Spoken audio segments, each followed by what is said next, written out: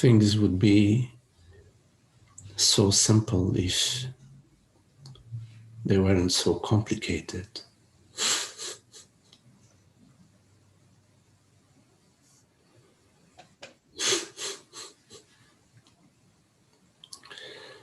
What is the complication?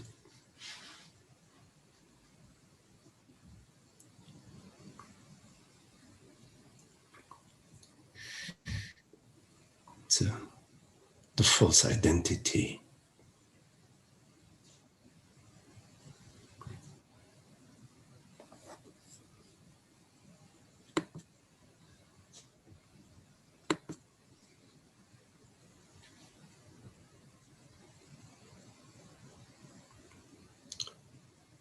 But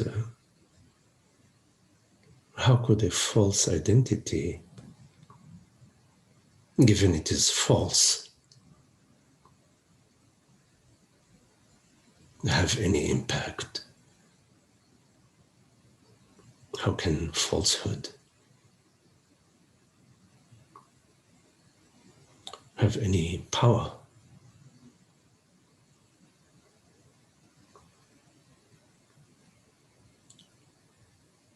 Only the power we give it.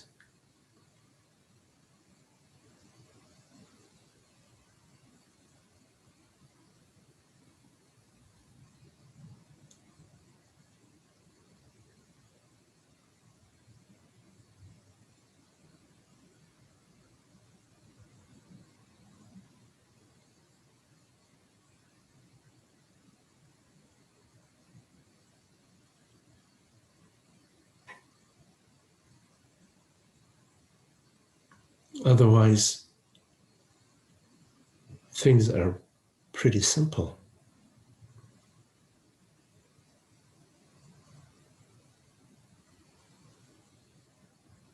Life unfolding, the sound of the wind, thoughts appearing and disappearing,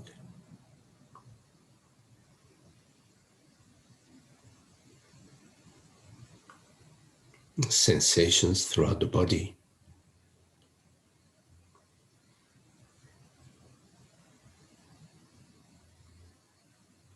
A flow of experience.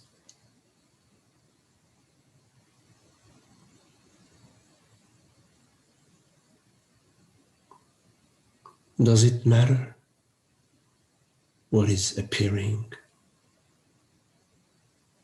Does it really matter?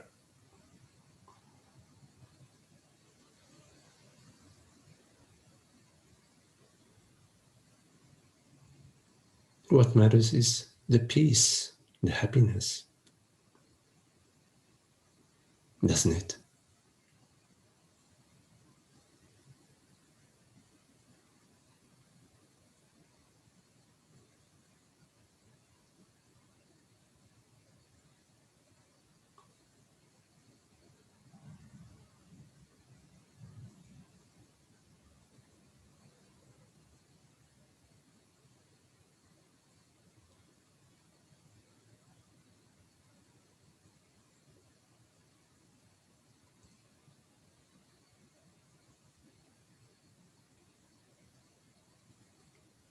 What are we lacking?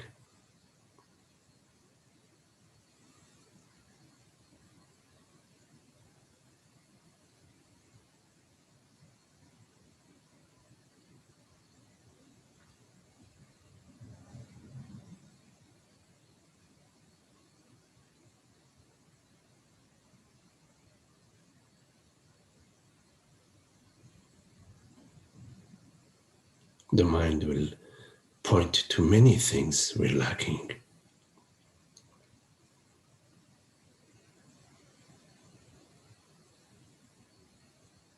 Because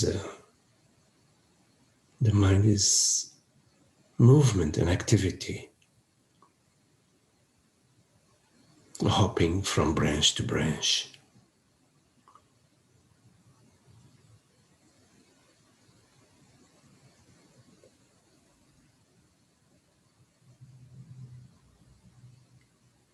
But you don't need to hop from branch to branch as your true self.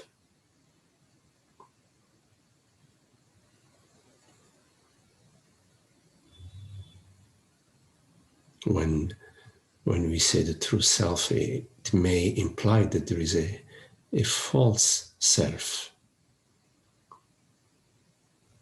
while in fact there is only one self.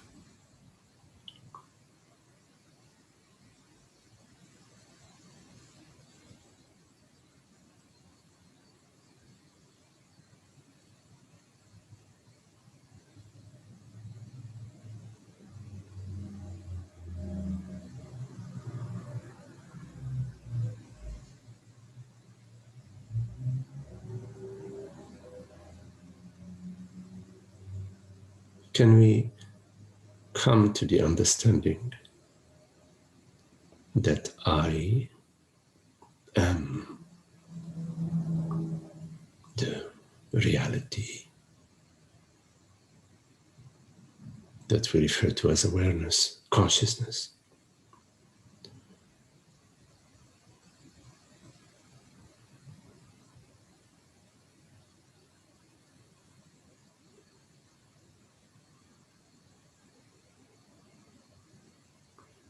And that there is one reality.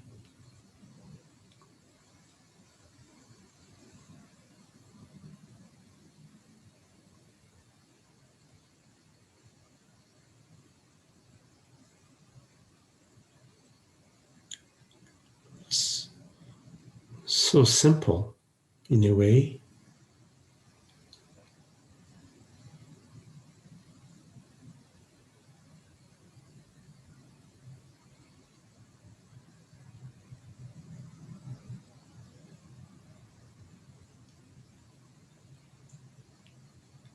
There may be many reflections in the mirror, many images.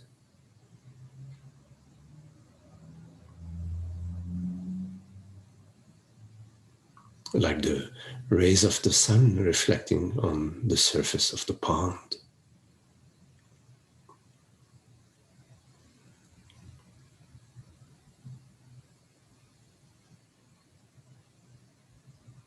But the sun is one.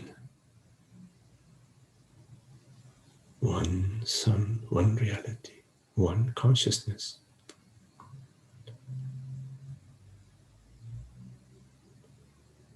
Which we refer to as I.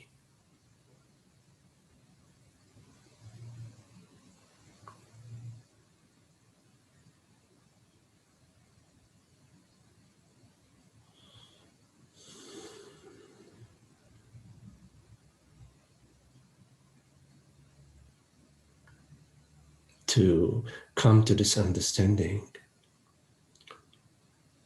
and to live it. The understanding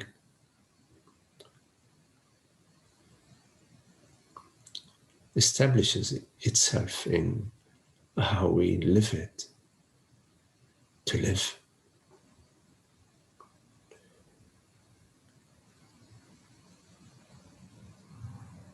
Not as a body-mind identity,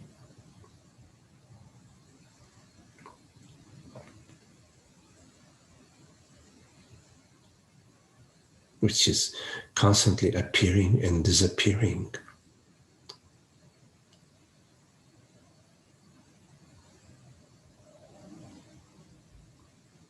Atoms and molecules dancing in the space.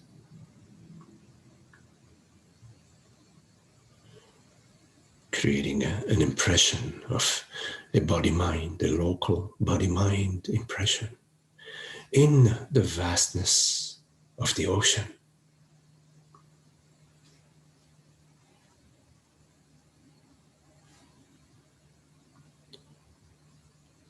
The local dance, the local whirlpool is made out of the water, which is the ocean.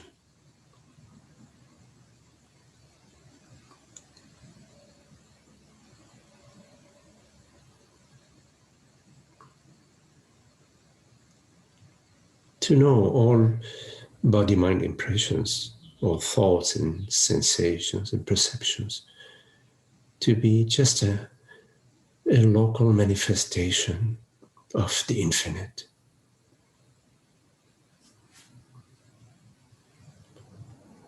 What we refer to as the phenomenal aspect of the noumenal.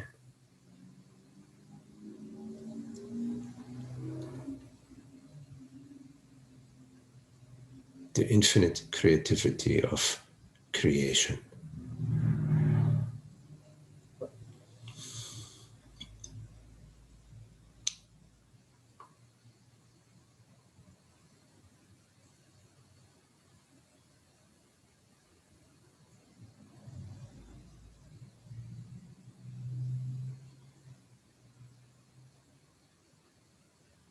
Living with the recognition of everybody as this one reality. No separate.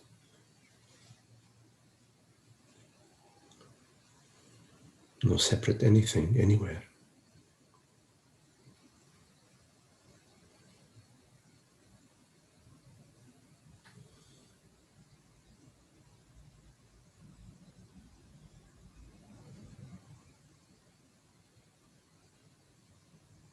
So that the peace of being is unveiled.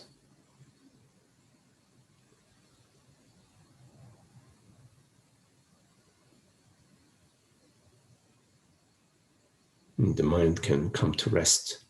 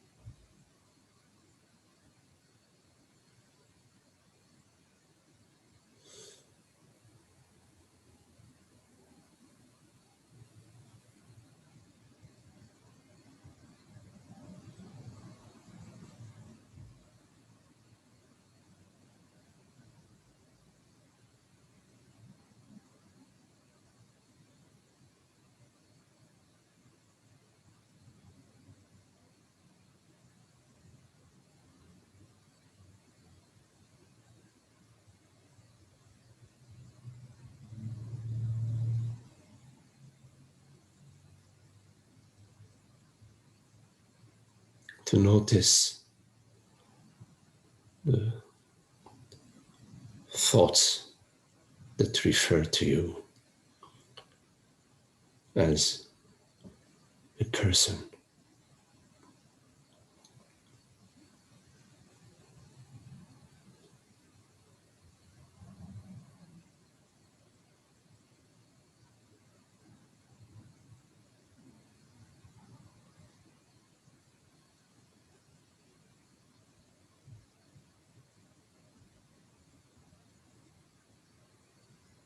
The unhappiness that follows such erroneous reference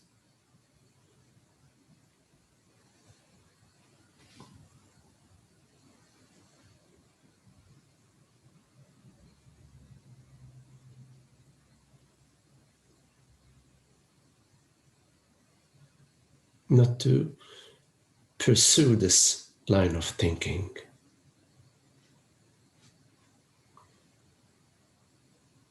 about me being somebody.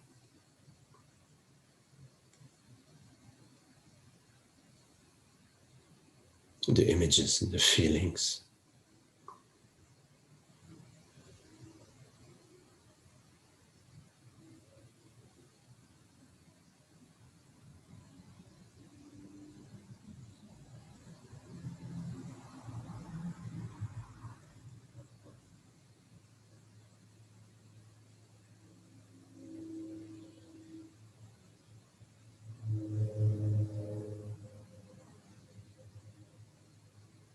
That inner discrimination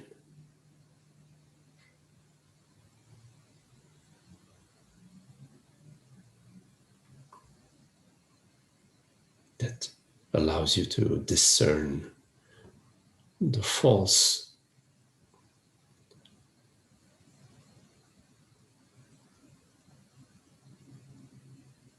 and to cease following this path.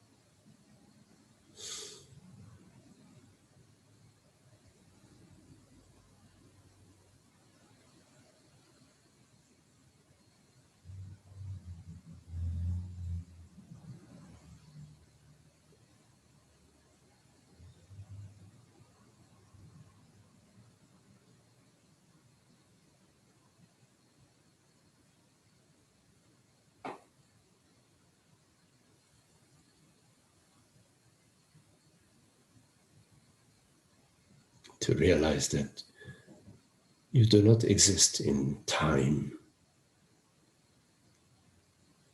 the impression of time, some linear spread of what?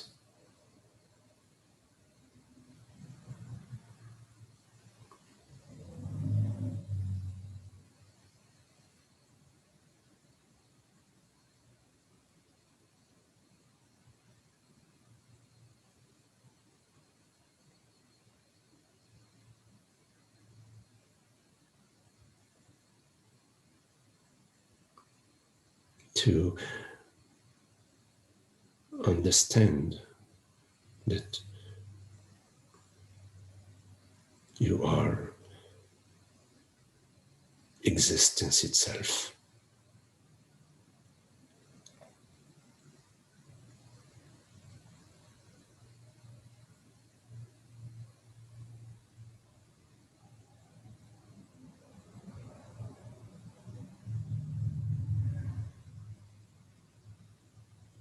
Not an object,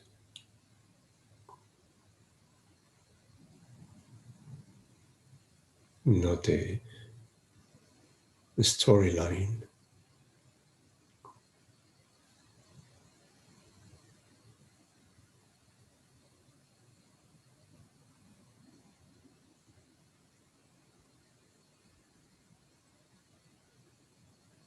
And you are the freedom, the absolute,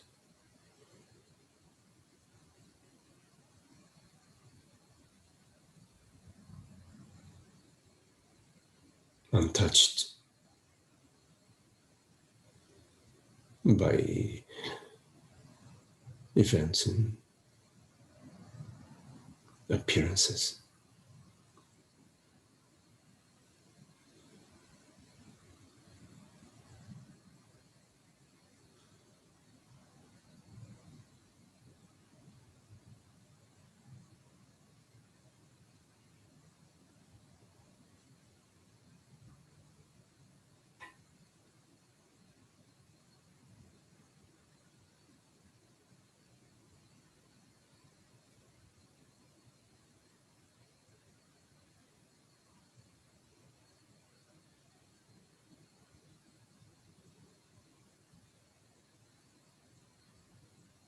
Whenever we are a victim, we are also the culprit.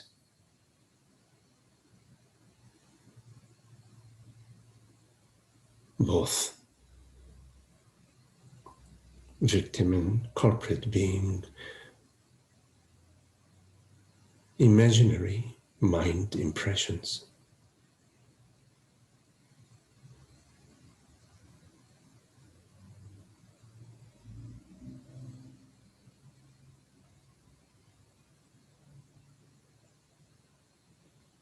That somehow we hold on to. What for?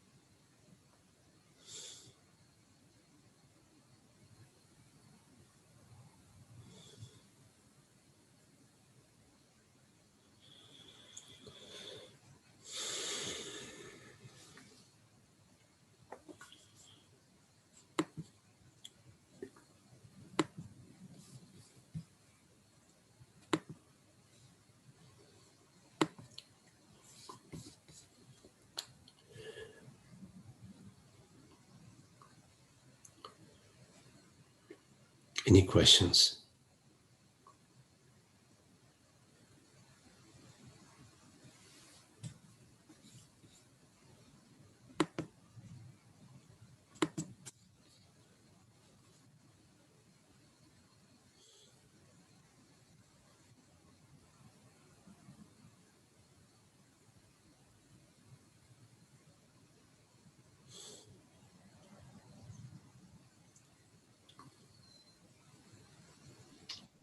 Hi, Magdi.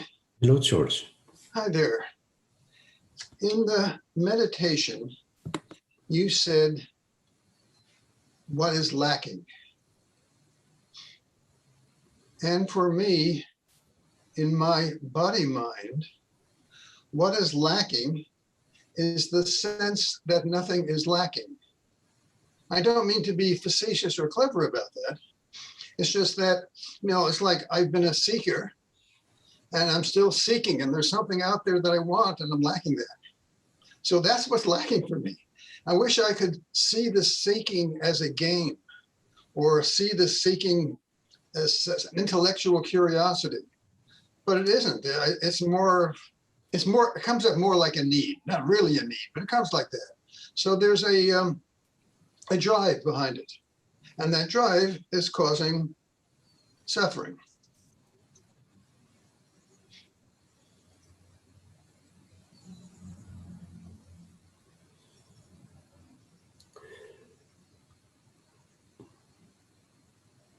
When you are away from your loved one for a while, you're traveling on a business journey, business trip, and you're coming to the end of your business trip, and now you are going to fly back or drive back to your loved one to be with them. Are you suffering? No, but the big distinction is that I know in my mind that I'm going to see that loved one and be reunited. And I don't know that now. I still have doubt. Will I ever awaken?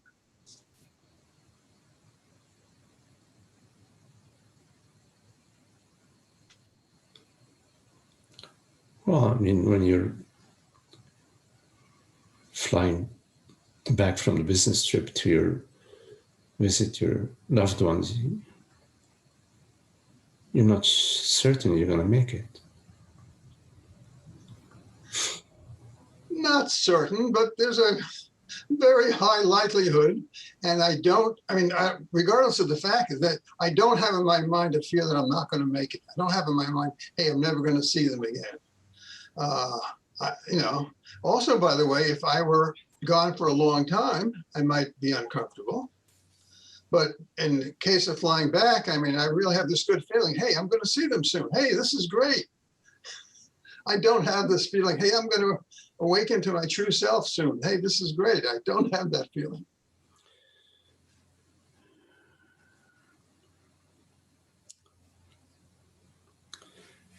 Well, in the metaphors that I used about coming back from a business trip, there's a difference here in terms of our inquiry into the self, into truth, is that the difference is that our loved ones, by the time we get there, may have left, may have passed away, who knows. But one thing that in our inquiry into truth is that truth isn't going to die, isn't going to travel away, isn't going to. And also what's fascinating about truth is that what is true over there is true over here. And what's true last year is true today and is true next year. It's a very interesting caveats here in terms of the contemplation of of happiness, the study of truth, of consciousness, is that while phenomenal forms and goals and achievements are of a phenomenal nature, meaning subject to illusion, subject to the impression of time and space, the main difference in the contemplation of truth is that it is not phenomenal. That which we are contemplating is not non-phenomenal, which means that it is not something that you can attain by any phenomenal means, or it's not something that you can attain in any case, because anything that you attain you can also de-attain. Anything that you can gain, you can also lose, because it falls under the causality factor, cause and effect, effort and reward, gain and loss, and effort and reward.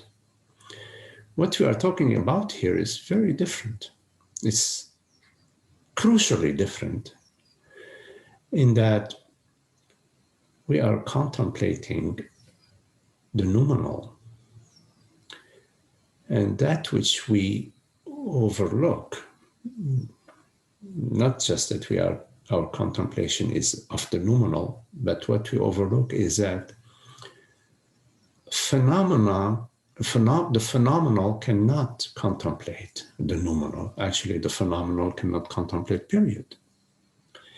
And the main misunderstanding we have is that it is the phenomenal which is contemplating the noumenal, and so we feel the frustration and in fact, only the noumenal can contemplate the noumenal. Only the noumenal has contemplative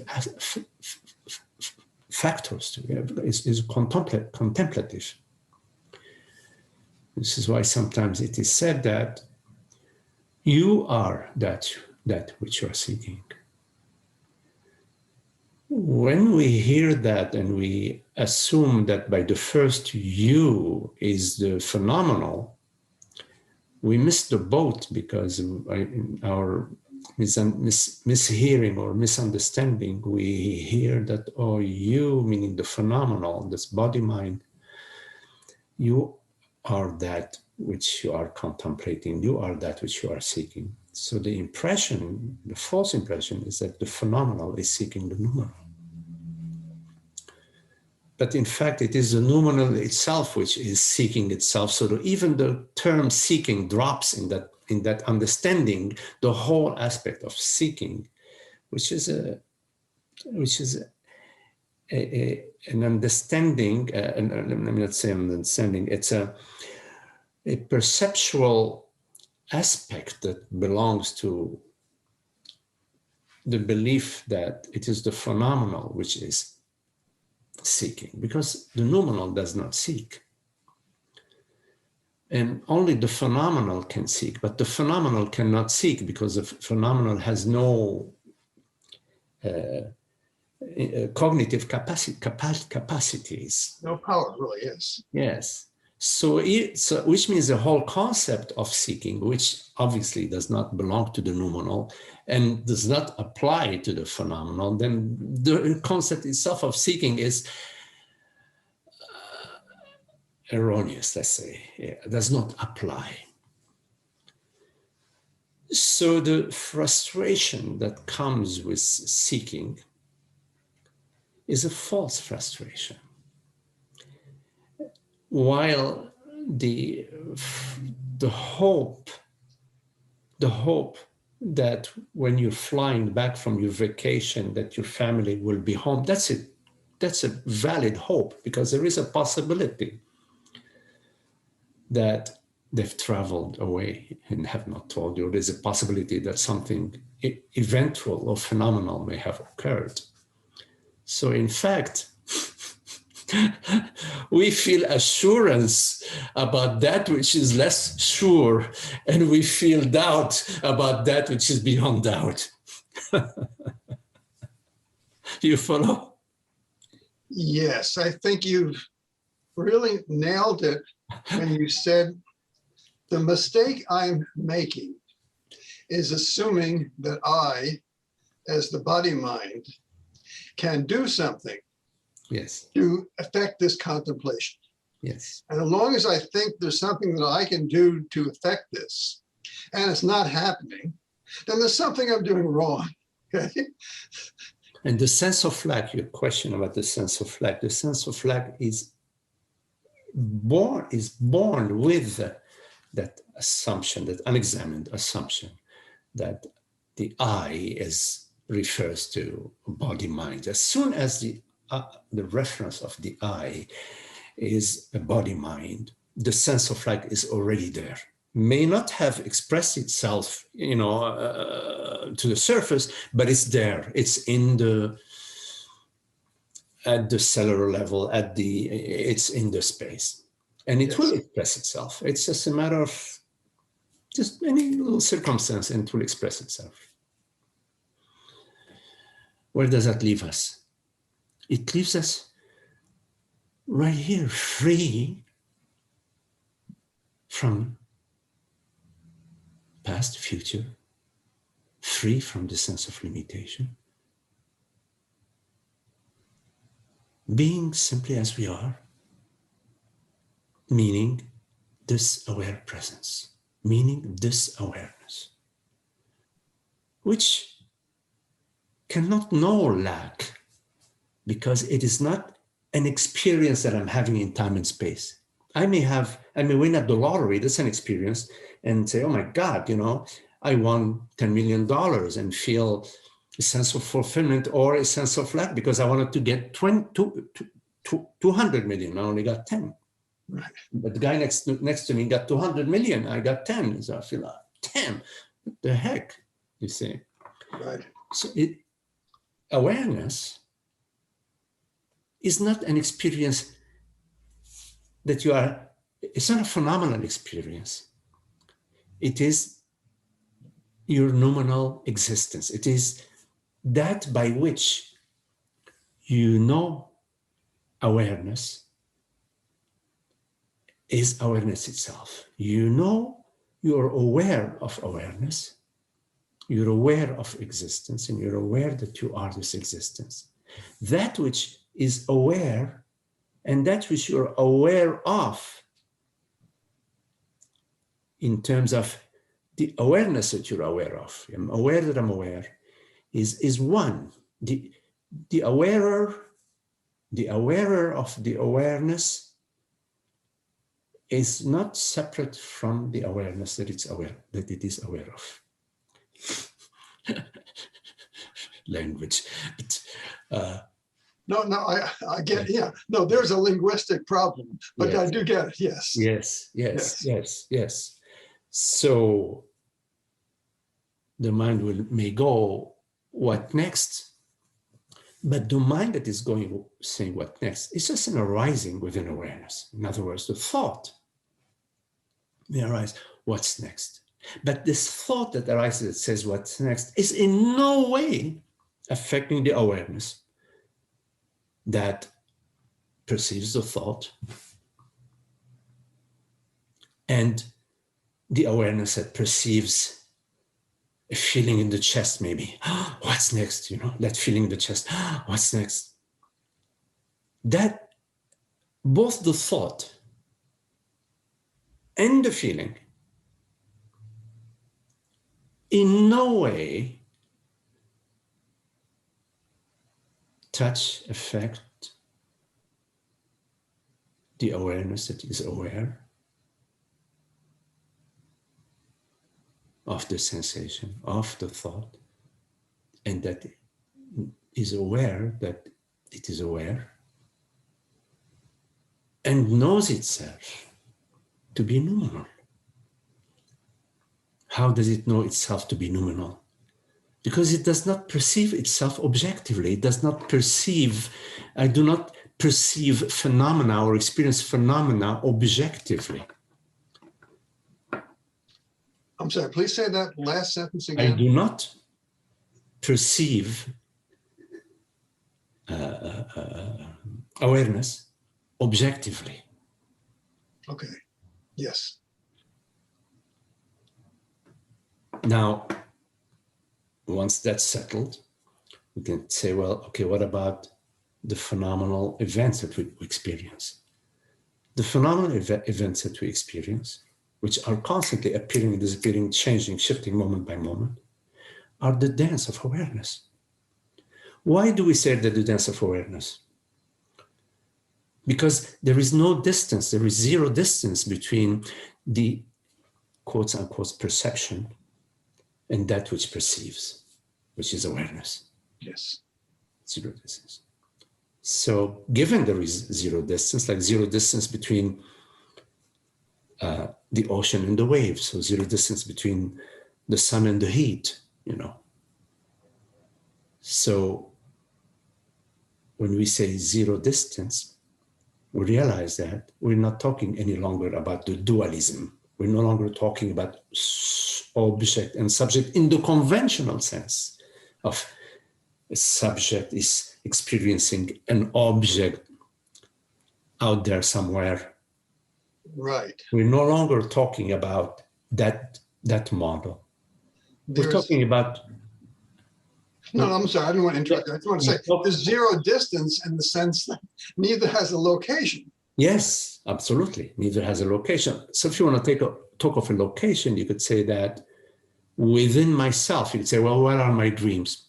Within myself. But that's not really a location in terms of a phenomenal location, like, for example, the latitude and longitude. Right. Yes. Right. Yes. The apples are in the refrigerator, you know. Right. Yes.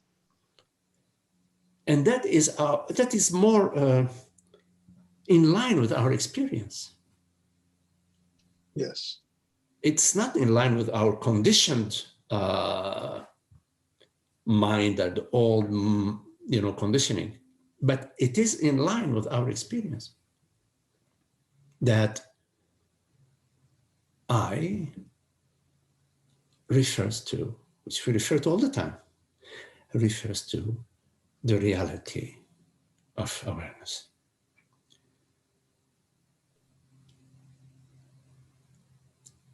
And the dance of this reality is what we refer to as the world, body, mind, the universes or the multi-universes.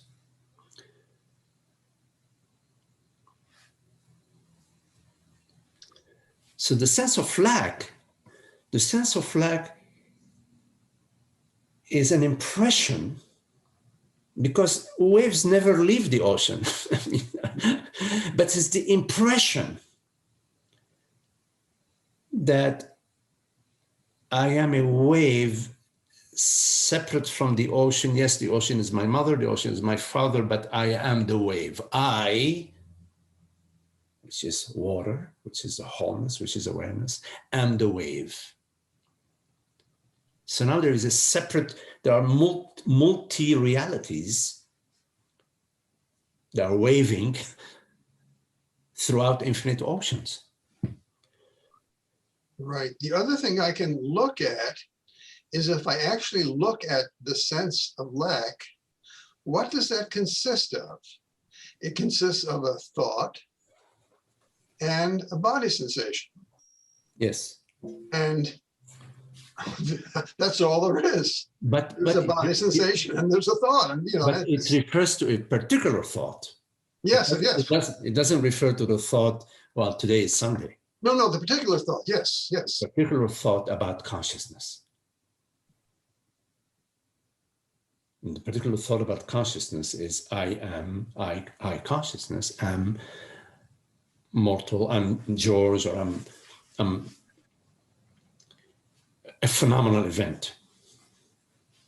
Right, yeah, the particular thought I have is that I'm a separate self, George, and there's something that I can do as a separate self, George, to bring about consciousness. Yes. Which is absurd, Absurd. As soon as the I, which is the reality of our experience, awareness, consciousness. As soon as I becomes George, now there is the impression of a local doer, a separate local personal doer with certain skills and certain gifts and trying hard and hopefully succeeding. It has succeeded last week and now it's failing. Yesterday it had a bad experience and hoping that, etc. I mean, we're Yes. We're on that roller coaster, bumper ride or roller coaster. Either one. Yes. And then from there, in the illusion of separation, says, what do I do? And so out of compassion and understanding, the one who has understood says, okay, look, just relax, take it easy, take a deep breath. Okay, let's take a look at things. Okay, fine. Okay, yes, you're having a hell of a time. I got you. Let's press the pause button on that for now. It's okay. It's all right. It's okay. You're breathing. You're good. Take a look here right now. Okay, look. What is it that perceives?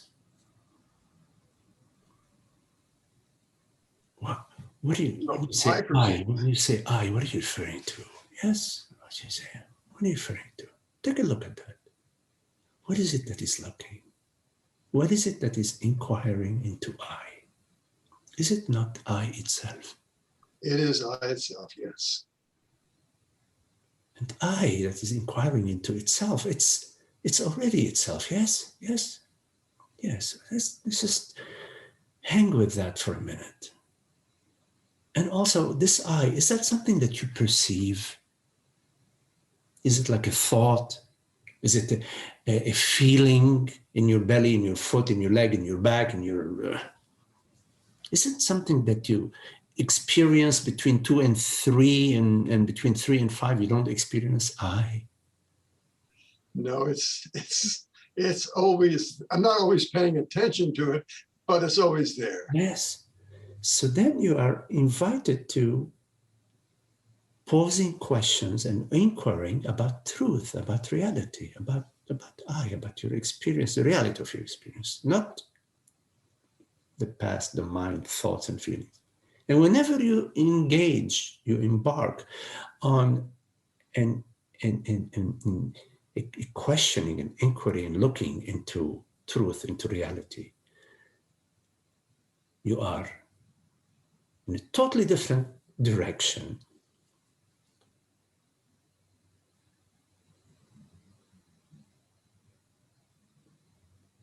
And it's a direction that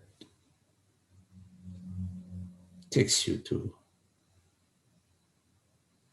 the peace. It's quite different from thinking about me in time. It's a different types of questions. They're different from what happened to me. Why did this happen to me? It's very different. It's about what am I? What is it? What is it that is real? What is reality? What is it that's looking? What is the... you follow? It's a different kind of questioning. And we have that available to us, and it is important for us to question, to investigate, to inquire about consciousness, about the reality of consciousness. Is there a more or less? Is there such a thing as more or less consciousness? Is there an absence of consciousness? Is consciousness or awareness dependent on whether the brain is in state A, state B, state C, state D? Is there more awareness when I drank 2 shots of tequila or 4? I mean, there are questions that pertain to consciousness, interpreting consciousness. Is consciousness, do I experience consciousness within my body? Is the belief that consciousness is inside my brain, does that belief, is that the evidence? Is there, what sort of evidence is a belief? There are questions to be asked that reveal the illusion, that open you up to that relax, that help you to relax your positions, your beliefs, that open you up. Yeah, where I am right now in that inquiry is that it's, in one sense, there's certainly no evidence that consciousness is personal because there's no person, okay? So it's like, you know, if you ask me, what's the evidence that consciousness is personal? There is none, okay? Right. So the universality of consciousness makes perfect sense to me, and yet I don't really get that. I haven't had that, I don't want to use the word experience, that insight that somehow, I don't know if I'm expressing it well. Yes, I think I know what you're referring to. Now, you have to let go of that insight. Let go of the need for an insight or the hearsay about insights and all of that. Let go of that. Simply notice that your experience is that of awareness right now, in any moment. Yes. And that this awareness, this experience of awareness, doesn't exclude anything. It's sort of like all embracing in a way. It's like, it's not contained anywhere. Notice it in your experience right now that everything is included in your perception right now. And that this perception is awareness itself taking on the form of this perception. But here's where I have a problem with that. But can you get a sense of that? No, No. The problem I have is the awareness is perception, but my perception is limited. I can see what's going on in this room, but I can't see what's going on in your room. Yes. That's fine. So there is a thought that's arising to you meaning to awareness. This arising within awareness, that you perceive this thought. The thought says, I do not perceive what's in the other room, right? Right. Now what, and you believe this thought. Right. Yes, I believe that thought. Yes. I can't. You believe the thought. Can you give me any evidence that for you to believe that thought? I'm sorry, say that again. Can I give you any evidence that you believe that makes you believe that thought? Well, yeah. I mean, I believe the thought. I can see in your room right now, a little bit right now because we're on Zoom. But I mean, if I try to, to find out, how, what's going on in your living room now, how many, what do you have in your kitchen? I don't know. Okay. Now, do you perceive right now?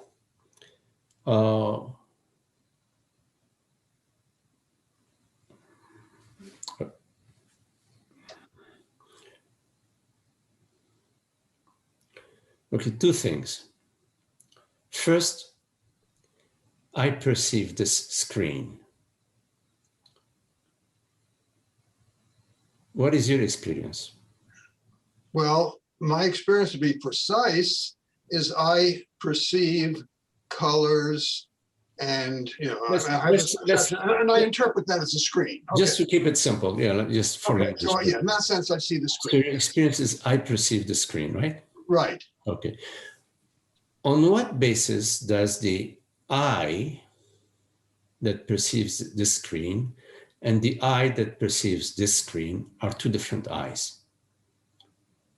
Well, it seems to me they're two different eyes because I'm perceiving a screen and you're perceiving a different screen. You're not perceiving the same screen that I am, and I'm not perceiving the same screen that you are. Okay, fine.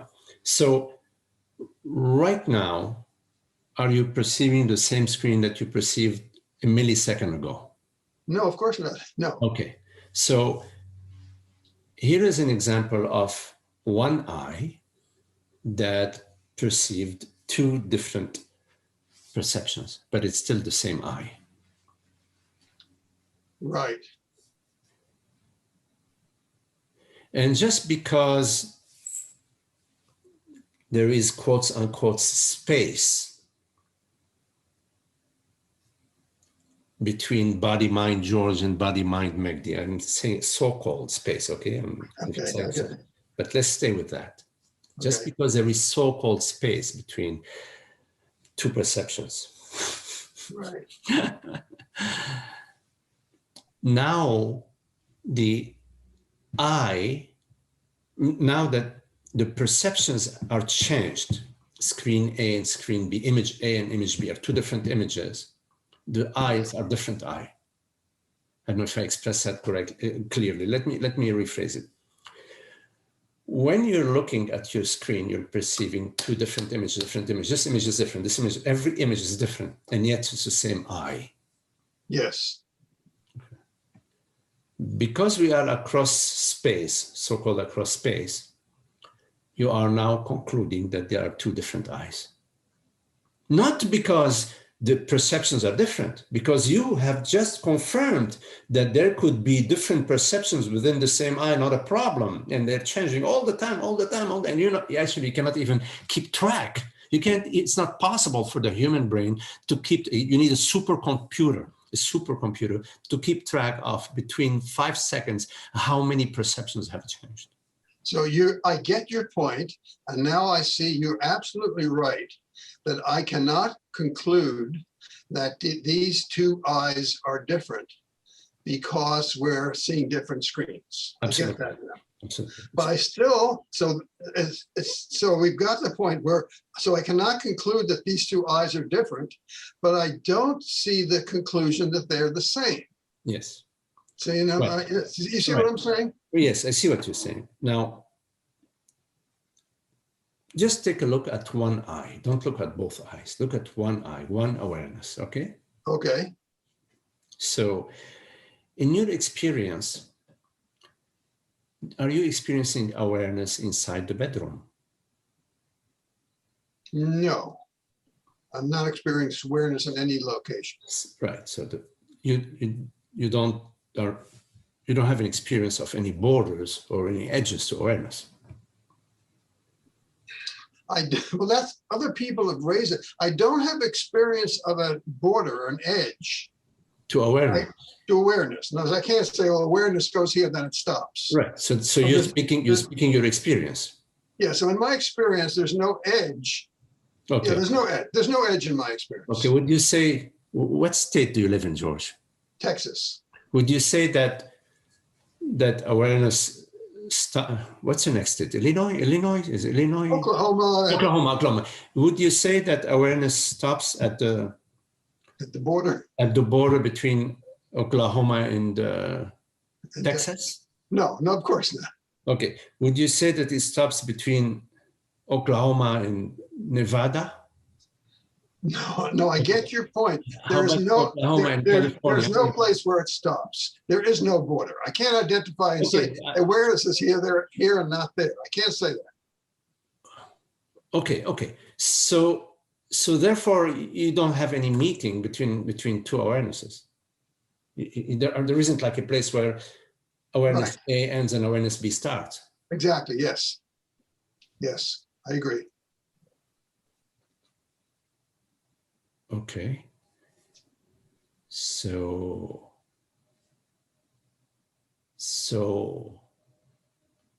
therefore,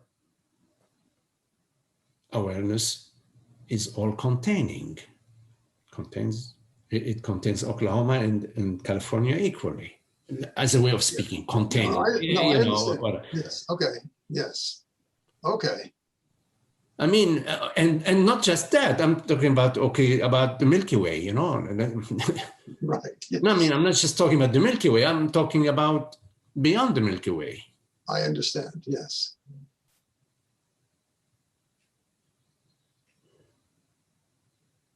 Yes, so I can see now, I'm getting someplace now. I can see, first of all, awareness has no border. There's no place where I can say awareness is here and it's not there. So awareness has no border. And what I think you're saying, since awareness has no border, it must be universal. Is that your argument? Well, I mean, no, I'm open to other options. You tell me, give me another option. I don't know. I mean, I'm not selling any goods. I'm inquiring with you. You know, I mean, No, I'm trying to. If there is another option, I'm available to listen. No, I'm trying to buy your goods. I'm not. No. I'm not selling any goods. You have to look for your own. I mean, if you are having, if there is some other option, then we investigate it, because we're not interested in a new belief. Yeah, it seems to me that awareness has no borders, but I'm sorry, it still seems to me that it's my awareness that has no borders. You know what I mean? I still seems that my awareness is different from your awareness. All right. Okay. Fine. So I can't. Let's look into that. Beyond that. Yeah, let's look into that. Okay. So, what makes awareness my awareness? Good question. So, what makes awareness my awareness? Well, I was going to say that I have an experience of it, but that's not true. Is there's no phenomenal experience. There's a sense that I am aware. Yes. I have a sense that I am aware. Okay. I don't have the same sense that you're aware. Oh, wait. I don't doubt it, but I don't know. Let's just stay with I am aware. First of all, you cannot compare I am aware to I am aware. I mean, you cannot compare two I am awares, because you only have I am aware, right? Right. So let's just stick with I am aware, okay? Okay. So I am aware. When you say I am aware, what is the I that you're referring to? Obviously, you're referring to I as an experience. You're not referring to, you're referring, I'm assuming they're referring to an experience of I that is aware. When you say I am aware, you're saying yes. I have an experience of I, which is aware. Yes, it's almost something like what Francis says, that, there is something rather than nothing. Okay, so you say I am aware. So therefore, I'm aware. Yes. So therefore, there is I, which is aware. Now, the I that is aware, meaning that I is experiencing awareness. Because if it's not experiencing awareness, it could not say I am aware. Okay. So I is experiencing awareness. Is it experiencing awareness as something apart from it? No. So if there's no part to it, yes. If the I that is experiencing awareness and not apart from it, then the I and awareness are not two. Yes, absolutely. So when we say I am awareness, in a way, we are saying awareness is aware. Yes, I am awareness. I and awareness are identical. If I am aware, then awareness is aware, yes. So we can therefore say, okay, awareness is aware. Yes. Certainly. Yeah, I say the same thing. Awareness is aware. Right. What's the deal? What was your question about mine and yours? Awareness is aware. Yeah, I agree with you. I'm in full agreement. Awareness is aware. Yes. Bingo, you nailed it. Awareness is aware. Yes. Awareness is aware. Yes. Well, this is almost funny, because I'm sort of stuck in the middle of this. It's like, it's like awareness is aware. Yes. I am awareness. I am aware. Awareness is aware. I, awareness, is aware that it is aware. Okay. Right. And awareness is borderless. Yes. Awareness is borderless. I Yes. can find no borders. I, awareness, I'm aware that I'm aware, and I'm aware that I am borderless. Yes. Right. I'm aware that I am not local. There is no location. I'm non-local. Yes. I, awareness, I'm aware that I'm not non-phenomenal, that I'm noumenal. Yes. Right. Okay. I see the problem right now. The problem is, I mean, yes, but I still have this sense that I am local. I know that I'm not. Okay. Well, It's obvious, but I still feel I'm here on this road, damn it. you have then you have to keep returning to your understanding. If you Yes. come to the understanding that I am non-local and there is a feeling that I am local, the understanding trumps the feeling. The feeling is arising, maybe as an old echo, or it's arising, but it cannot be your no understanding. The sense cannot be cannot replace your understanding. Yes, I agree absolutely. Otherwise, your understanding, maybe you need to allow hang with your understanding. Stay with your understanding. Wait a minute, okay, I, awareness, I am aware means awareness is aware, and I, awareness, am aware that I am noumenal and non-local. Therefore, this sense that I am personal is just some sort of something floating within my reality, within my vastness. Is something that's appearing. I don't care where it's appearing from, maybe from my grandmother, I inherited from my grandmother. Right, exactly. Appearing Yes. within my understanding, but it's not going to come to push my understanding out of the way. It's an appearance. It's an appearance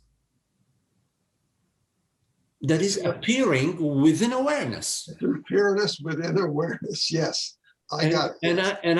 And I choose to say, wait a minute, this appearance is pushing my experience of borderless awareness out of the way. Why? Why is it pushing it out of the way? It's passing. It is passing. Yes. And you say, I'm stuck with it. Why do you say I'm stuck with it? Don't get stuck with it. Yes. You're not stuck with it. It's passing. Yes. That which does not pass is awareness.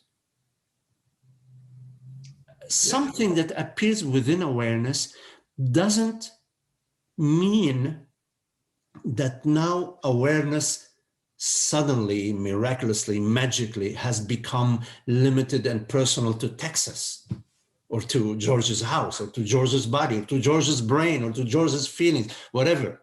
No, no, it doesn't. A cloud that passes into the sky, it has a shape of a big box, okay? It appears now, and it appears big, it's a big cloud. Okay, so it doesn't mean, oh my God, the sky, the infinite, beyond words, sky, we say sky, the infinite sky is now a huge box, limited, Right. No, right? Right. Yes. You see, the thing is, there's nothing that can make awareness into something. It's not possible. Right. It's not possible. Once you come to the understanding about awareness, you realize it's not possible for anything. A very powerful feeling, a huge world event, to affect awareness, because the phenomenal and feelings are phenomenal. sense, you say a sense of whatever. That's phenomenal, George. Yes, it is. Yes, of course. Yes. Nothing phenomenal can affect the nominal. Yes. And yes, there may be some phenomenal, all sorts of phenomenal things happening. Old feelings, whatever, you know, but they no longer define you. They don't define you. They don't define me unless I let them define me. They don't define you. Right. See, they don't define. That's the thing. Like once it's an understanding, then you realize that this understanding about consciousness cannot be defined. So then the world, body, mind is continuing, you know, but you're no longer defined, you see. That's a major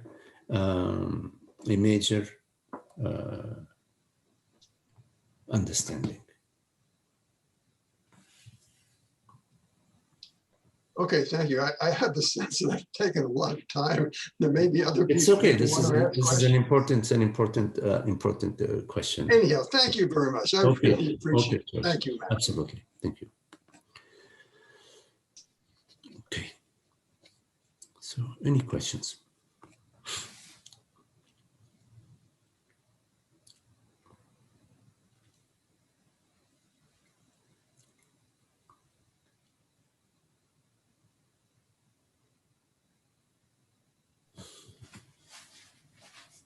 Hi, Magdi. Hello, Gloriana.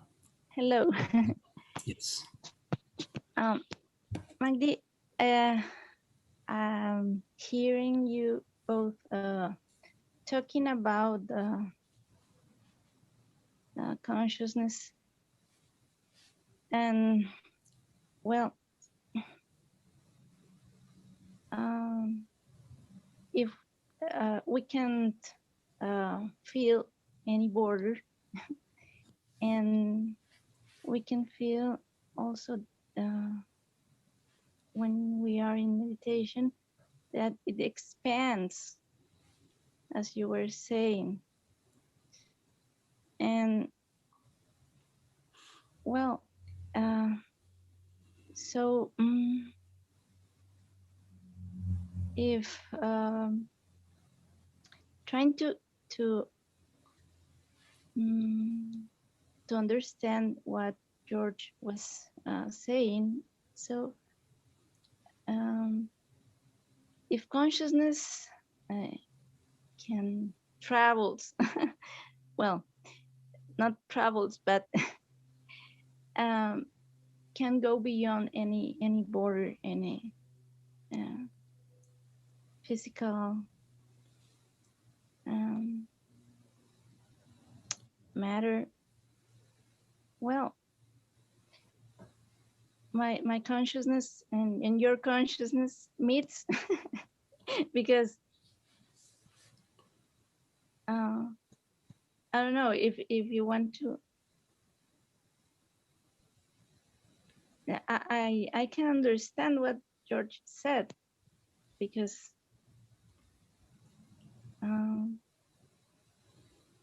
we feel, well, what I'm feeling and when what I am aware is only mine, but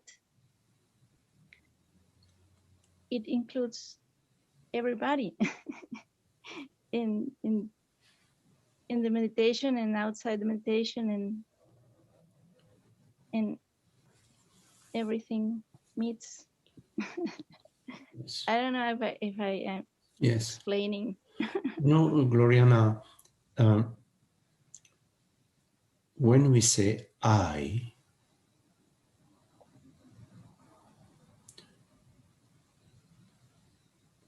we are referring to the reality.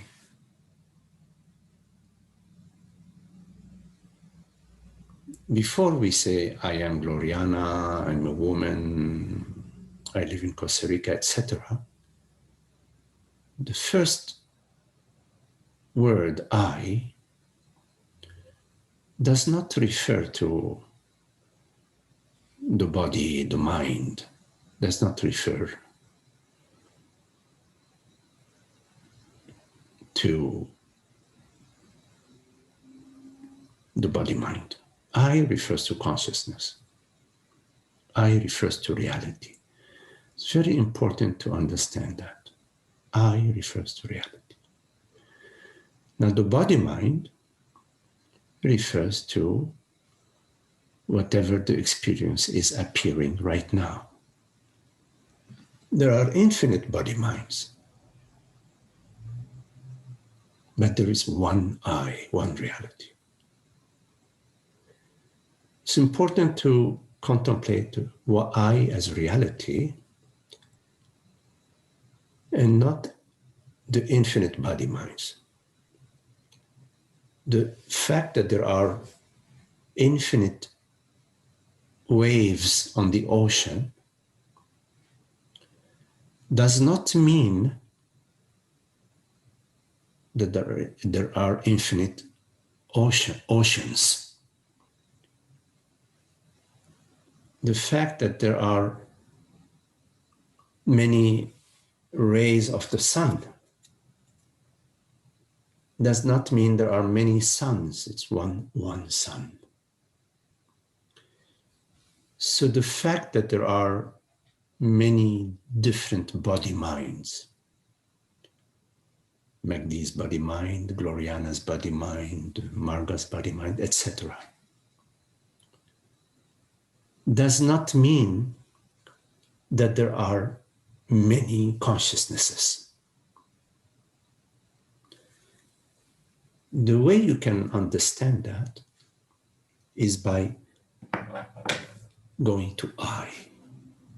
What is I? When we say I, in this moment, we are referring to the reality that perceives, the reality that is, the reality of our experience. There is a reality to our experience. For example, sometimes at night, you are dreaming there are 20 different people in your dreams. Yes? Yes. Person number 1 is having dinner. Person number 2 is cooking in the kitchen. Person number 3 is playing in the living room, etc. You're dreaming all of that, right? Right. And the impression is there are many different realities because the person in the kitchen is cooking. The person who's having dinner is eating. The person who's watching television is watching television. The person who is vacuuming is vacuuming the house. There are many different realities. It seems there are many different realities. But in fact, no. There is one reality, you, the dreamer. There are many different minds. Many different minds. But there's one, you the dreamer, you are the reality of all these minds. This is a metaphor to understand that in the waking state, in any state, when we say I, we are not referring to a body-mind experience. By I, we're referring to consciousness. And it's very important to understand. We're referring to the reality. It does not change when you are driving. I, when you are cooking. I, it's the same I. The activity is different. The body-mind is different. But the I is the same I, the same reality. So you have to contemplate the reality of consciousness. Otherwise, you get confused about the mind. My mind, your mind, George's mind, Holly's mind, etc. You get confused. So a metaphor is about the electric in the city. There is an electric grid, one electric grid, but there are million different light bulbs. One light bulb is red, one light bulb is white, one light bulb is neon, one light bulb is incandescent, etc. Although there are many different light bulbs, many different minds, there is one current, one reality. So in your experience, you never become a different reality. The body, Gloriana, changes. The thoughts change every second, every moment. New thought, new perception, every second, every sensation, new sensation. But you don't change. You, the I is the same I. It's not changing I. So the sense that I am limited belongs to the body. The body is limited because the body is a phenomenal body. It is a certain dance of electrons and molecules and atoms, and it's a certain arrangement of elements that. But even the body, look at the body is interacting. Right now there is light shining in your room, and the light is photons and electrons and dancing, and they're interacting with your body, and the air and the gravity and the galaxy, how our galaxy is one interactive. So our body, the reality of our body is the reality of the universe, is the same, is one reality. The body is not separate from the universe. So in fact, our body is not a limited body. It is a universal body. It's interconnected with the universe. So it's important for you to comprehend that even if you say I am the body, in fact, the body is not a fixed body. It's an interactive body interacting with the entire cosmos, the multi-universes, you see. So the way the universe appears, like the way our body appears. Our body, if you look at our body, there is this finger is different from this finger, and this finger is different from this finger, but yet it's one body. The fact that there are different minds or different aspects does not mean there are different consciousnesses. The fact that there is a Gloriana's mind and a Magdi's mind does not mean that there are different consciousnesses. You look at the ocean. If you look at the ocean, in some places there are waves 4 foot, another wave is 2 meters, some place no wave. But it's one ocean. So the differences in the minds, the differences in the waves, the difference in the experience does not mean different realities. There are many realities. This is why we say Advaita. Advaita means non-duality. Non-duality means not two, not to one reality, you see. Mm-hmm. So in your experience is the same as my experience of awareness. In your experience of awareness has no borders. You cannot say that awareness is inside the room, or you cannot say awareness is inside Gloriana's body. We don't experience awareness inside our body. We don't have an experience of awareness inside anything. In fact, it's the opposite. We experience everything appearing within awareness. Like right now, you are hearing these words. The hearing is arising within awareness, right? It's not awareness is arising inside the hearing. No, it's the hearing that's arising within awareness. So in fact, we don't have an experience of awareness inside anything. No, we don't. Our experience of awareness has no borders, no edges. Meaning there cannot be my awareness and your awareness, because if there are no edges, you cannot say this part of the ocean is the red team and this part of the ocean is the blue team. No, it's one ocean. You cannot divide the ocean, like that. It's not. It's one ocean, you see. It's because there are no borders, you see. And also awareness. In our experience of awareness right now, we don't have an experience that awareness is female or is male, right? Awareness just is. Right. Yes. So when you contemplate awareness, first is reality. Secondly, it's universality. It's non-phenomenal, meaning it is noumenal. It is like space. It has no form, no shape, but everything is contained within space. Everything is made out of space, you say. Matter. When we take a look at matter, you find that it's actually just a space. It's as if space dancing. It's like some sort of convolution of space that gives the impression of matter.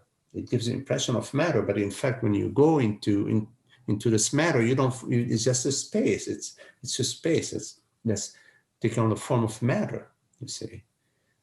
So it's yes.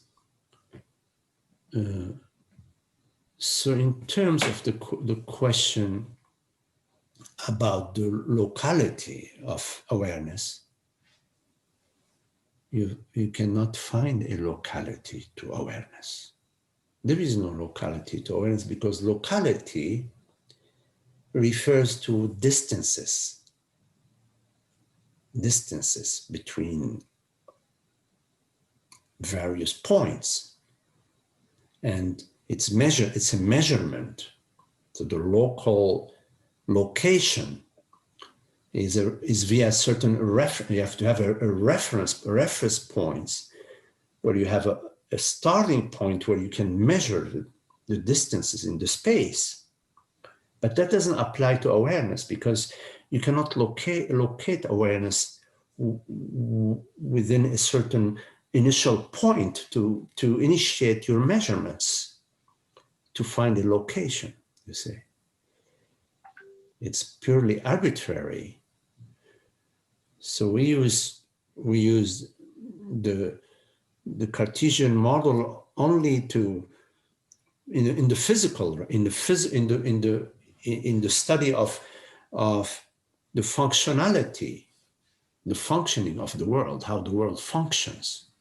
But it does not have any implication upon consciousness or awareness.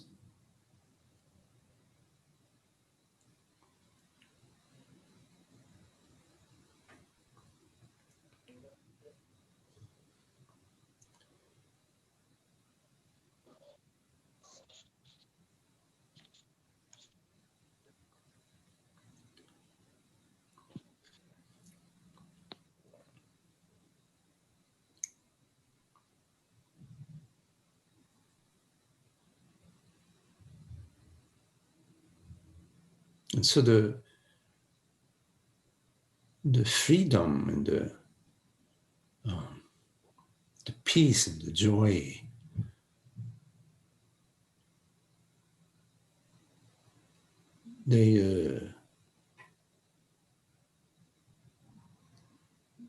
because awareness is not opposed, it is unopposed,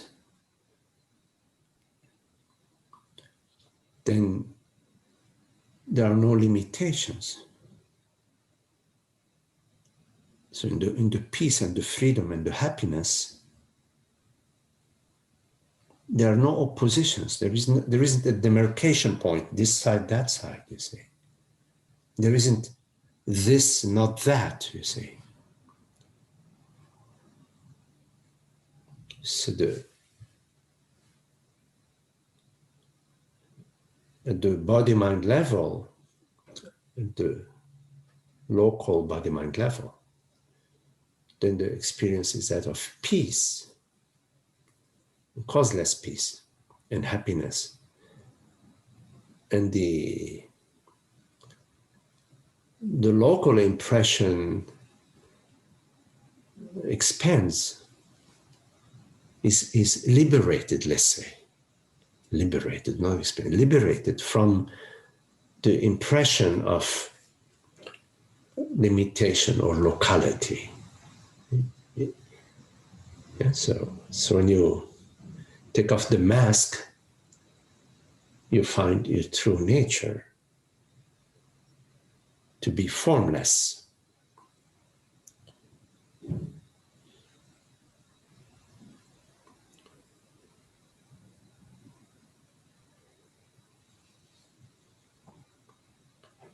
So the identity is a superimposition.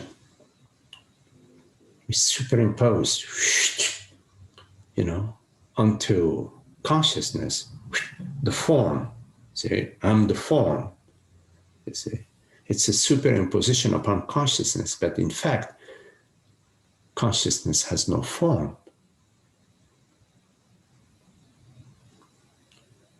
Or it has all forms. The form of the stars, the forms of galaxies, the form of butterflies, the form of the wind, the form of a thought, the form of a sensation.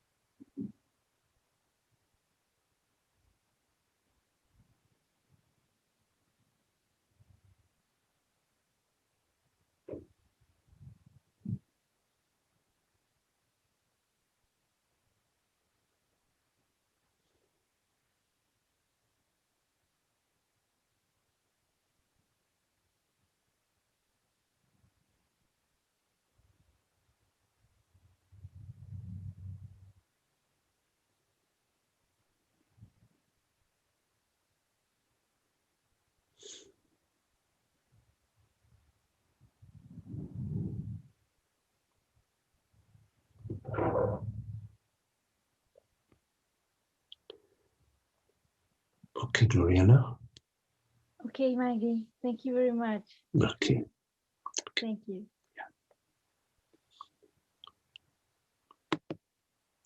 Any questions?